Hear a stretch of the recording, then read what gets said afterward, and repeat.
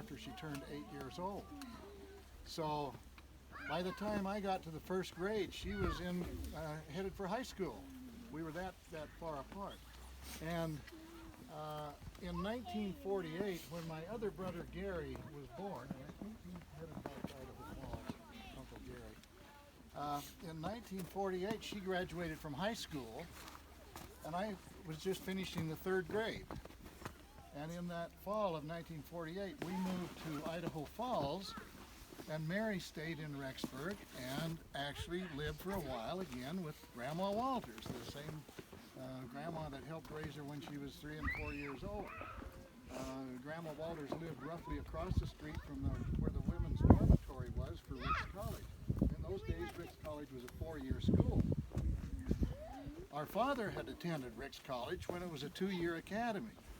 And Mom and Dad got married, moved to Logan, where Dad then got his degree in forestry, and then wound up back in Rexburg about 1928 or 29. So anyway, I'm going to try to follow what Kip told us about, that Mary said, make it quick, make it short, and don't make it long.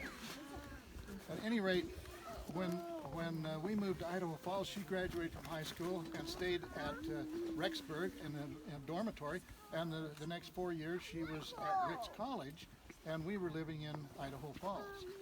Once in a while, maybe one weekend a month if I remember, and sometime during the vacation periods, she would come to stay with us in Idaho Falls, and we only had a 2-bedroom house, and she got a rollaway bed in the living room, and that was her room when she was visiting. So she really did not come back to see us much while she was in school in Rexburg at Ricks College.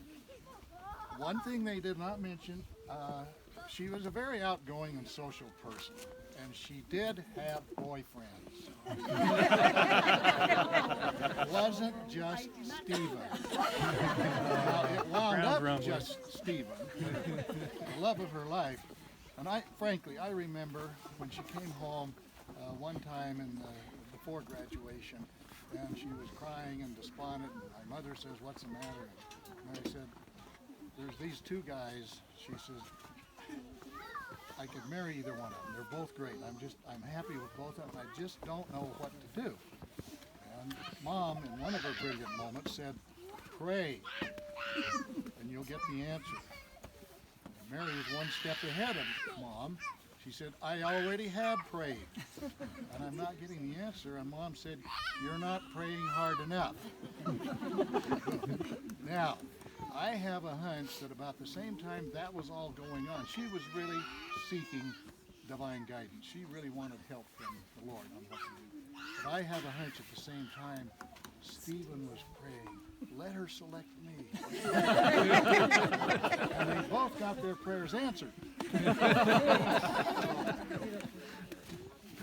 So our stories of childhood being together, I wish I had taken more time. Now, you have a lot of regrets when events like this happen. I wish I had spent more time talking to Mary about what was it really like during the war when our dad went away and left Mom and 3 kids, our little brother Danny, born in 1942 or 43, trying to make do, and that's where Mary really learned how to help look after families, how to raise children. She was, almost in junior high with 2 little brothers to help raise. And there's one thing we heard a little bit today about her reading. I guess I'm starting to talk about a lot of things. Music, there was nobody better than her on the piano. And she took up the cello. And she took up the cello while I was in grade school. Guess who got to carry the cello to school with Mary so she could continue on with her cello?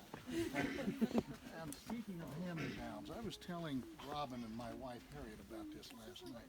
You know, with a family as big as you guys had, there were hand-me-downs, I'm sure. They started with Grandma Walters. Yes. She'd buy it for us, and then we'd hand them down. Well, because Mary was 8 years older than me, and I was a boy and not a girl, I didn't get a lot of hand-me-downs of her stuff except for one thing. She had a Schwinn bicycle that was fantastic. And she went out and earned money to buy another new bicycle while she was going to Ricks College. That was her transportation. I got the Schwinn bicycle. Best hand-me-down in my life. The only drawback was it was a girl's bike. You know, she never learned to drive until she got married. But you didn't mention that this morning. We didn't have a car until we moved to Idaho Falls. Dad had a car that he drove back and forth from Rexburg to Idaho Falls for about a year or two. So she didn't have a car in the family to learn how to drive. And when she got to Rexburg, or to Ricks College, you can walk anywhere in Rexburg in those days. It was not a big town. And so she didn't need, she had a bicycle to get around. And so I think it was Stephen taught her how to drive because he needed somebody to go back in town, forth of town once in a while he was working here. So just a matter of convenience. The other thing I was just going to mention, her love of books. Books and reading and writing. Believe it or not, one of my early memories when I was probably 4, 5, 6 years old was her taking me by the hand down to the Rexburg Public Library because she loved that place. It had all the books in the world there. And I couldn't read. I mean, what, you know. But she would find a corner and a book with pictures in it and put me down there and she'd look at the pictures and then she'd go look at the books and find the books she wanted to check out and take home. So she had a love for reading that just unstoppable. I've said too much already. I would like to leave this on a happy note rather than a sad note. And if you don't mind, I would say just on behalf of all of you, goodbye, my sister. Thank you. Thank Jesse. you.